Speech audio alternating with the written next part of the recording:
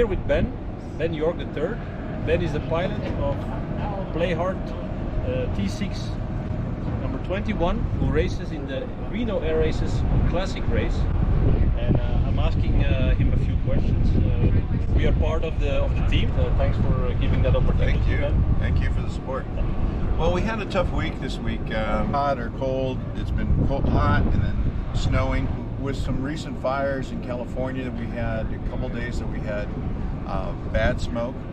I was able to get one race in on Wednesday, and then Thursday we got shut down. So it's been a mixed bag with the schedules and kind of working those kind of schedules out. Had a great race today. Had some challenges in the race, but everybody made it home safe on our race. So it was a very exciting start. As we come line abreast and we come into the very first turn pylon, there was a little bit of one guy didn't quite turn when the other guy thought he was going to turn, and then he kind of unloaded, and then this guy went hard, made a hard correction away. When I saw his ailerons, through the airplane I'm following, and then his airplane. I saw the hard ailerons move, and that's when I knew I was in trouble. The guy next to me, he went down because he ended up with a face full of airplane. I went up, and then I lost sight of my wingman, my guy. So I just went real high and kind of peeked over my shoulder, and okay, there he is. And that's when I came back and rejoined on the line. It was pretty exciting at that point in time, but once we get into the turn, and back then it was all hands-on to racing until we got into the debrief, and it's like, okay, so what was that? How come you went so high on turn one? Well, I was totally defensive and trying to get out of everybody's way. That's where that first pylon is the most dangerous thing. And everybody, as we were all kind of coming up, all airplanes, we kind of need to stack like that and hold our lane until we come around the turn. We should start at the position like you see here between these two airplanes. We're probably 12 foot off of wingtip to wingtip, something like that. It would be 3 meters or something like that. Wingtip to wingtip. It's a very difficult formation to hold. It's very non-standard. When we do a standard formation, we have at least three points to triangulate our position, and to say, okay, this is where I need to be.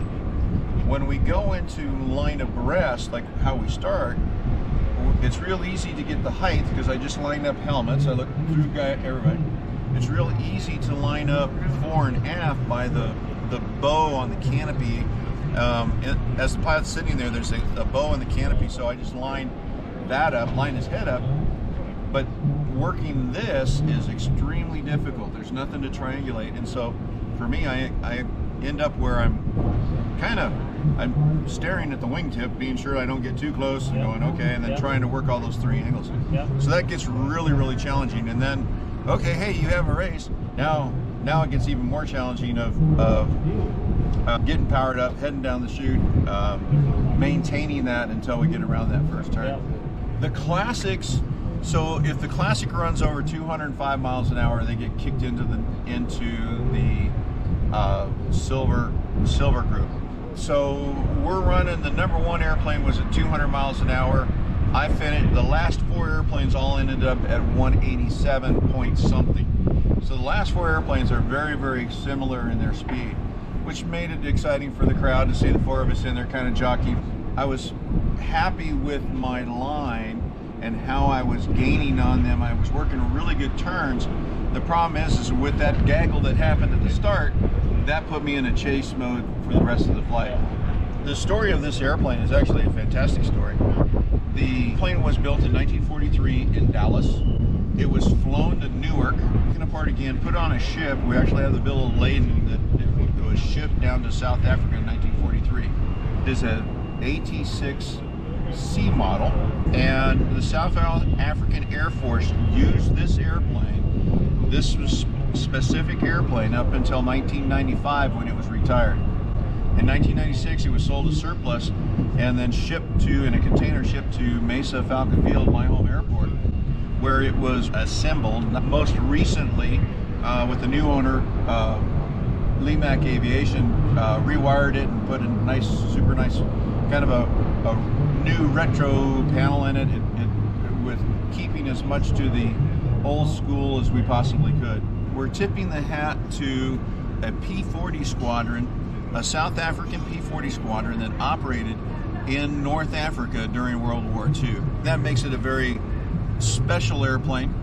The guys that painted the airplane were very particular about the decals, the Africanese that is in the decals that are here. You can see this weekend we had a South African who came up and interpreted everything for me, and he was just drooling with how wonderful the airplane was and how it represented his home country. Now that I know the history and the story of it, I'm even more proud of the color and paint scheme. Yeah. So with the classics, the concept is this is your daily flyer that you come out and race, that you don't have to do anything special for it and stuff. So we have to have a standard prop, we have to have a standard exhaust. The fast movers, they will shave the exhaust, they will put a smaller cowling on it, they'll put a different, they can fly without an air filter, they can have a different air filter, air box.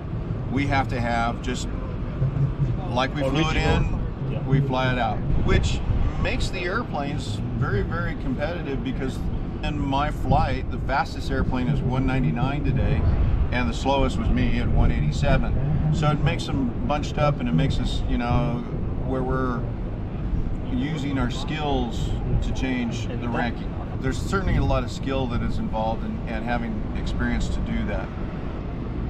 I came up with a friend, supported him during race week. Was like, yeah, okay, that'd be kind of something fun to do. He actually offered me his airplane to race. Chris Scheich let me race, let me do pylon racing school in his Harmon rocket.